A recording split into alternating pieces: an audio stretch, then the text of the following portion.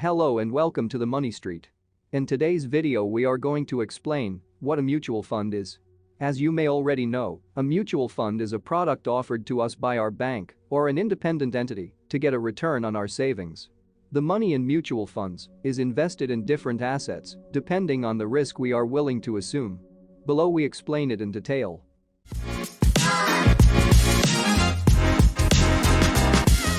There are investment funds of all types. There are funds with high profitability and low profitability, that is to say, there are very bad funds and there are funds that are really very good. The important thing here is that since there are all kinds of funds, you can choose.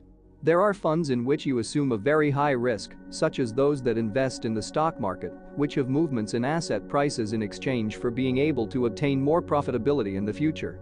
On the other hand, for very conservative investors, there are funds in which you select that do not have much risk and therefore do not have big scares. In this type of funds you will be able to earn less money than with long-term equity funds. Can you lose money with a mutual fund?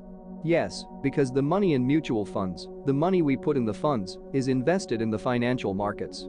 That is, it is invested in stocks, in bonds, in currencies, so if the value of those assets goes up or down and you sell it, you can lose money. If the value of these assets goes up or down and you sell at a time when it has gone down, you can lose money with these positions that you have in investment funds. As to whether they are safe, the first thing we have to say about investment funds is that they are fully supervised and the entities that manage these investment funds are fully regulated. This means there is an official body ensuring that the guidelines set by law for this type of investment products are met. As we said before, we are likely to lose money with investment funds, but because of the investments made in the funds, the product itself is a very safe product. In a case where we have the money in a fund manager that goes bankrupt because it has problems, we have to take into account a difference very much in favor of mutual funds. The money we have in funds is not on the balance sheet of the bank's financial institution. This means that, even if the bank were to go bankrupt, we would not lose that money. It is as if it were a stock exchange managed by that entity, but it is not within the entity. Therefore, the entity cannot lend that money to others, as it can do, for example, with the money we leave in deposits, or it cannot use it if it has a crisis problem.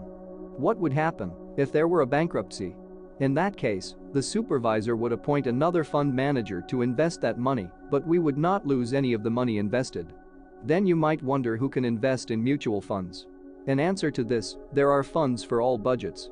From a few euros or dollars to really big funds with a minimum of a lot of money to start investing. The important thing here is that from very little money we can normally contract the products of the banks, which do not even have a minimum to enter. With a small capital we can contract them, and we can make periodic movements.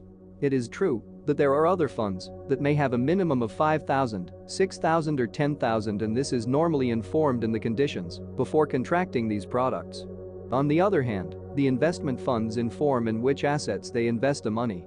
You can find this information on the websites of the financial entities with which we have these funds. We can find the details of the portfolio, but also the managing entity has to communicate quarterly to the supervisor the breakdown of each share and each fund that it has in its portfolio. As a result, you can know practically every quarter at least the exact money in which entities it is invested. If you are enjoying this video and want to be aware of new videos, subscribe to this channel and turn on notifications. One of the advantages of mutual funds is that the invested money can be withdrawn practically whenever you want from most mutual funds. Thus, at any time you give the order to withdraw the money and return it to you, and the entity has 3 days to do so.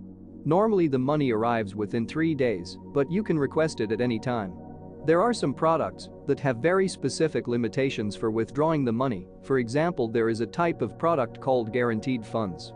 Guaranteed funds, which have a guarantee to give you that guarantee is that you cannot always withdraw only at certain times, so here you have to make sure that the product you are going to contract has daily liquidity or not.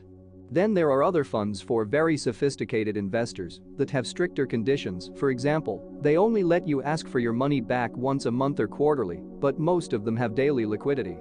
It may happen that you have an investment fund and you see that it is starting to perform poorly, that maybe it has more risk than you expected, or that it is having negative returns. What you can do in these cases is to move your money to another investment fund without tax cost. That is to say, you can move your money from one fund to another, and even if you have profits, you will not pay taxes at that moment, but later.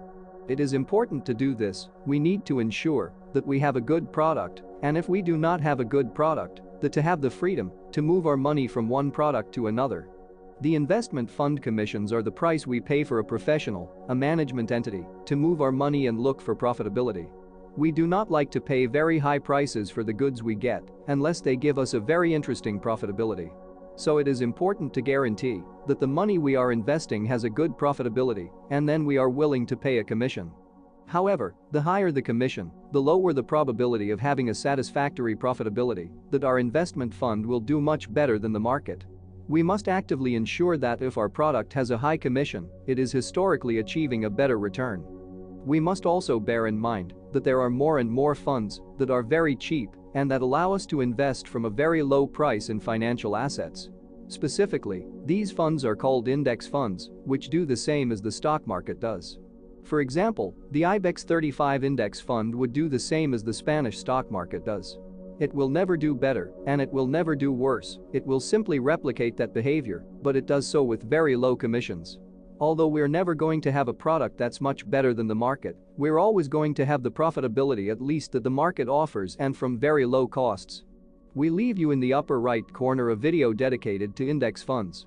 Thanks for watching the Money Street, and don't forget to click the subscribe button for more financial videos.